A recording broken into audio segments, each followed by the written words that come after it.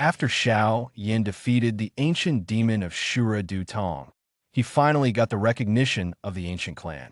He was finally able to enter the heavenly tomb in a logical manner, looking for the inheritance left by his ancestor Xiao Yan.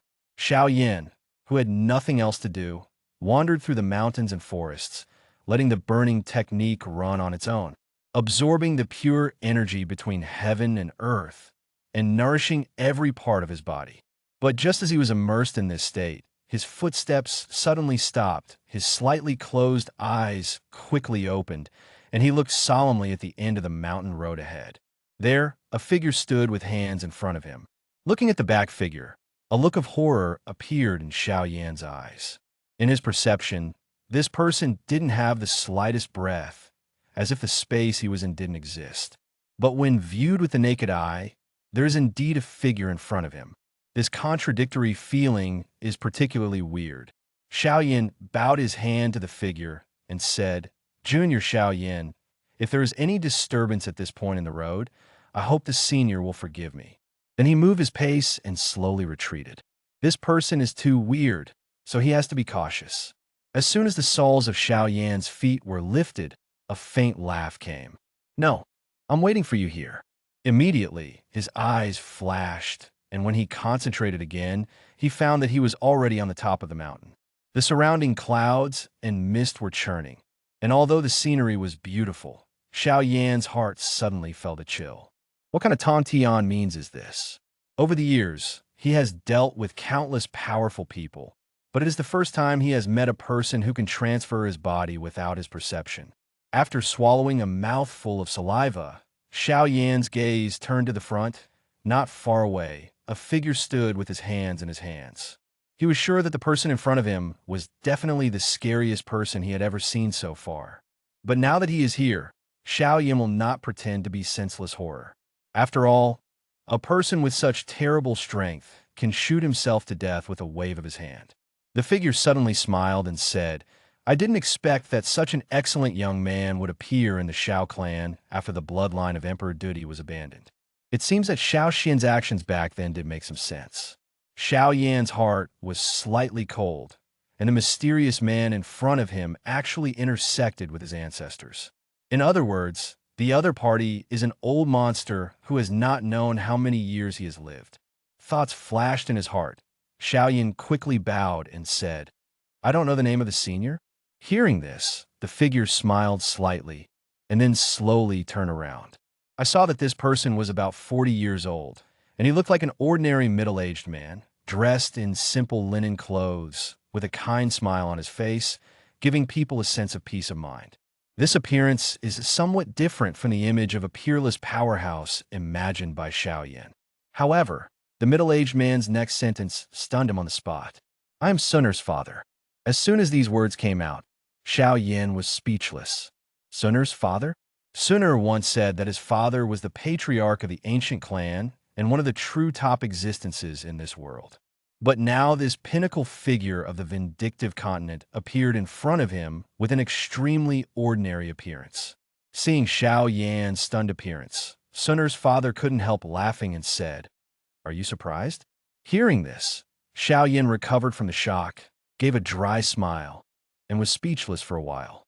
Sunner's father smiled and said, "My name is Guan. Speaking of which, we met when you were born, but no one knew my identity at that time." Xiao Yan looked stunned. Obviously, he hadn't expected that when he first came to this world, he had already seen this powerful ancient patriarch. After the thought fell, Xiao Yan hesitated for a while, bowed, and said, "I don't know what is the important thing for the patriarch of the ancient Yuan to wait for the younger generation here."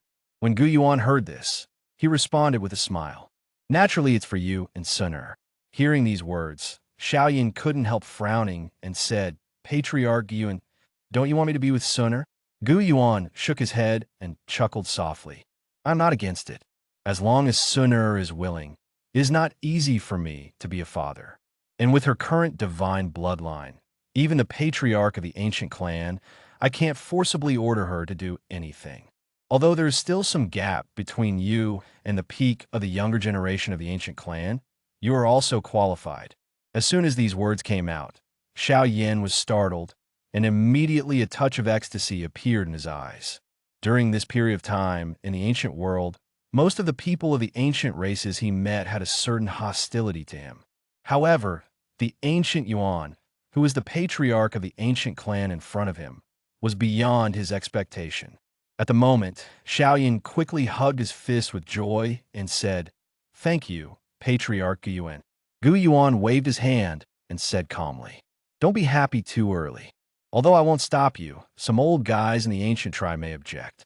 After all, Suner is the only divine bloodline in the past 1,000 years, and they don't want this bloodline to be affected by the outside world and become imperfect." Hearing this, Xiao Yan took a deep breath and nodded silently. At this point, Gu Yuan's face showed a touch of helplessness, and he sighed. "To be honest, if I had known it would be like this today, I wouldn't have sent Suner to Zhao's house back then. Unexpectedly, I didn't get the things and I put in a daughter. The deal was a terrible loss." Hearing this, Xiao Yan could only smile bitterly and did not dare to say a word. Gu Yuan suddenly turned his words around and said solemnly, "I won't take care of your affairs, but you have to promise me one thing." Xiao Yan asked carefully, "What's the matter?" Gu Yuan hesitated, pursed his lips, and said, "I hope that before Suner arrives at Doshing, you can keep her perfect." As soon as these words came out, Xiao Yan's face flushed instantly, embarrassed. He didn't expect that Gu Yuan would make such a wonderful request. "Do you look anxious?" Upon seeing this, Gu Yuan coughed dryly and explained, "Young people, it is inevitable to be impulsive, but the blood in Suner's body is still unstable. If you do things like men and women, it will damage the blood. If this is the case, those old guys in the clan will definitely intervene forcibly, and the consequences will be very serious." Xiao Yan nodded with a wry smile, feeling that this big man came to him to explain this kind of absurd thing. Sunder's incident was only one of the reasons why Gu Yuan looked for Xiao Yan, and Tawasha Gudiyu was also his goal. In order to make Xiao Yan understand better, Gu Yuan told him in detail the origin of the ancient jade of Tawasha. In ancient times, the last fighting emperor who appeared in the vindictive continent was the ancient emperor Tawasha. According to legend, on the occasion of his fall, a relic was left in which the secret of the promotion to the fighting emperor was hidden. And since him, until now, no one has reached that legendary realm. Therefore, many years ago, the ancient 8 tribes and some superpowers in Zhongzhou fought a war for this relic. But in the end, they only got the key to the relic, which is the so-called Tawasha ancient emperor jade. This jade was originally 3 pieces, but after a tragic war, it was split into 8 pieces, which happened to be acquired by the ancient 8 tribes at that time. And this piece in Xiao Yan's hand is one of them. The reason why the Soul Hall captured your father was to get the ancient emperor jade of the Xiao clan. When he mentioned the Soul Hall, Gu Yuan couldn't help frowning slightly. After thinking about it for a while, he told the situation of this power again. It turned out that the controller behind the Soul Hall was the most mysterious and weird soul clan among the ancient 8 races. In that year, the ancient clan and the Xiao clan joined forces to fight against the Soul clan once, but it did not cause much damage to it. Later, Xiao Xian became the patriarch of the Xiao clan. He originally had the opportunity to hit the Soul clan hard, but he was the first by the Soul clan to gather many powerful people to surround and kill, which led to Xiao Xian's fall, and the Xiao clan was devastated. Without the help of the Xiao clan, the ancient clan could not declare war on the Soul clan alone, so this situation has continued to the present. However, judging from some of the actions of the Soul clan over the years, it is obvious that there is a plan, so this Tawasha ancient emperor jade must be their goal. If all of them are obtained, the strength of the Soul clan will skyrocket, thus breaking the balance. Gu Yuan looked at Xiao Yan solemnly and said solemnly, "You should know now how important this ancient jade of Tawasha is, right?"